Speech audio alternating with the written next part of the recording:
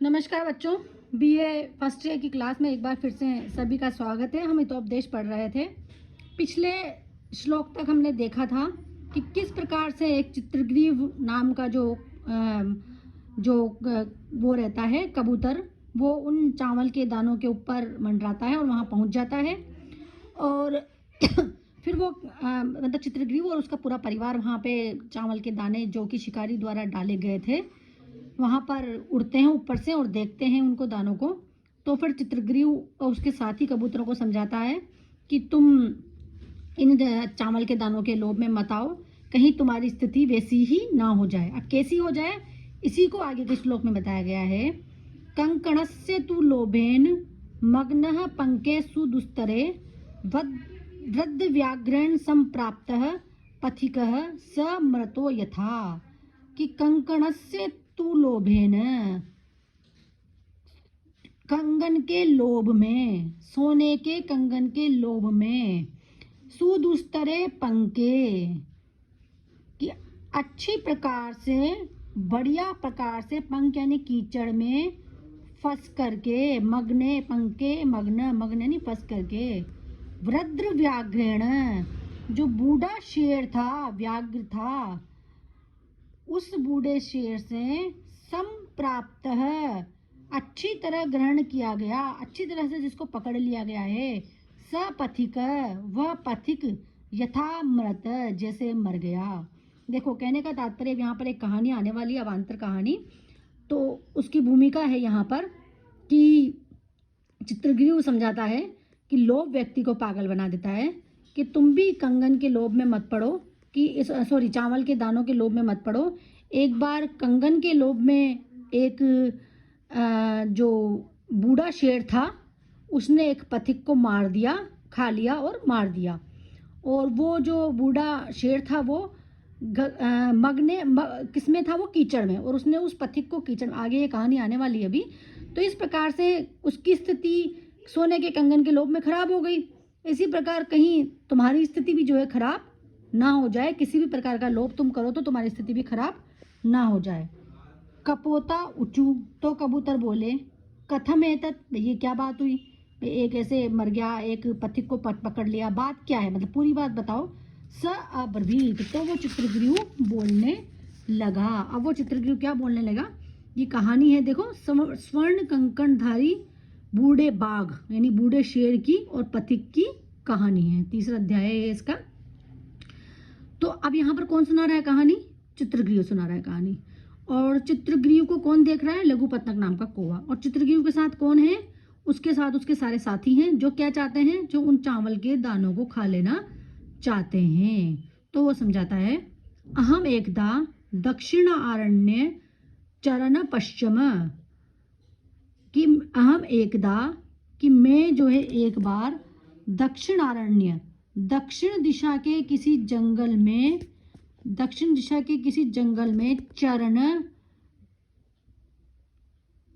घूमते हुए मैंने, पश्चिम देखा, कि मैं कभी एक बार, कभी दक्षिण दिशा की साइड कोई जंगल है, उस जंगल में, वन में घूम रहा था, और घूमते हुए मैंने देखा, क्या देखा उसने घूमते हुए,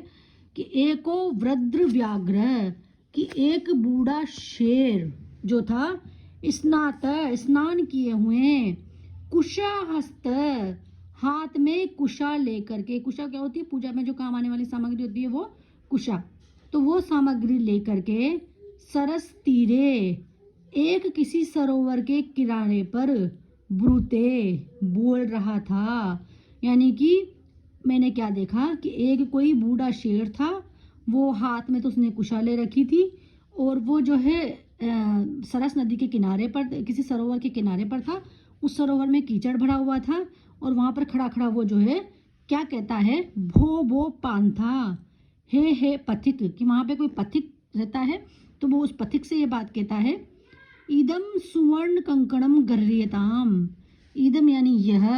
स्वर्ण कंकणम, सोने का कंगन, गर्यताम, क्या कर लो आप, ग्रहण कर लो, अर्थात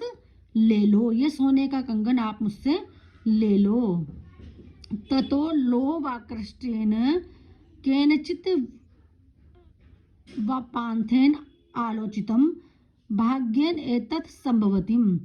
तब अब क्या हुआ, जब वो बूढ़ा शेर जो है वहाँ पर कीचड़ में फंसा हुआ था और सबसे कह रहा था कि मेरे से ये सोने का कंगन ले लो, तो वहाँ पर लोभ आकृष्टेन, लोभ से आकृष्ट होकर, केनचिन पंथे पांथेन, कोई जो पथिक था, मतलब पथिक का मतलब कोई जो रास्ते में घूम रहा था, वो आलोचितम, सोचने लगा,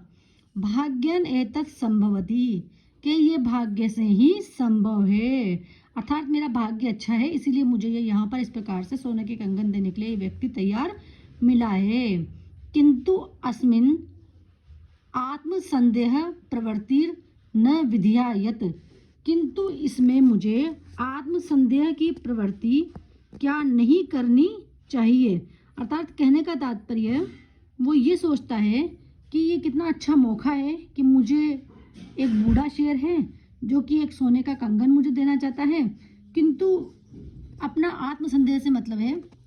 वही बात कि कहीं ऐसा ना हो कि मैं इस कंगन को लेने के लिए सरोवर में कीचड़ में उतरूं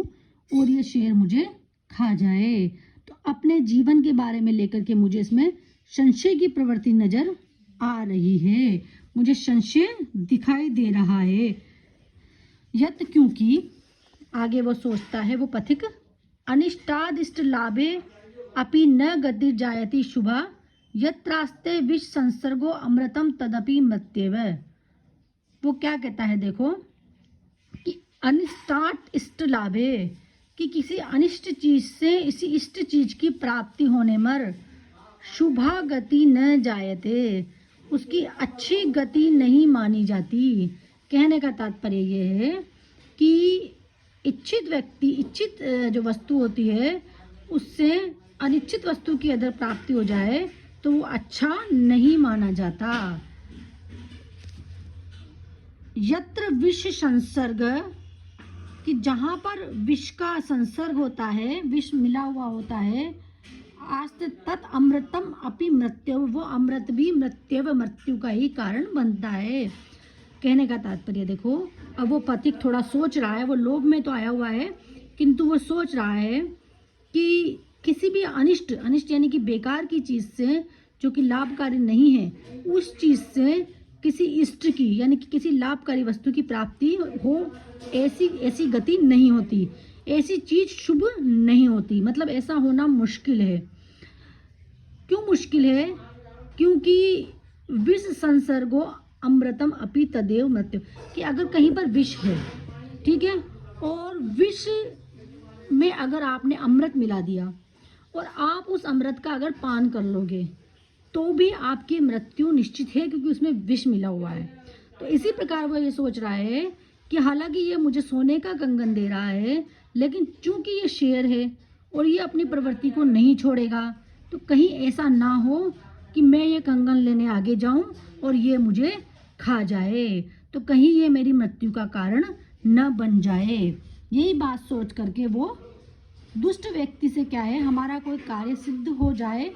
तो भी उसमें हमें सतर्क ही रहना चाहिए, क्योंकि उसकी संगति का परिणाम बहुत बुरा होता है। हम उसके स्वभाव को नहीं बदल सकते और अपनी आदत के अनुसार वो है जो अपने स्वार्थ की सिद्धि तो करता ही है। और पहले तो वो क्या करता है, प्रलोभन पूर्ण सहयोग करता है, अर्थात आपको प्रलोभन में लेता है और आपका सहयोग करने का वादा करता है, किंतु उसकी आड़ में एक दिन वो अवश्य ही आपके साथ किसी भी प्रकार के छल कपट करके आपको फंसा देता है। तो इसी बात को यहाँ पर सुंदर उदाहरण से समझाया गया है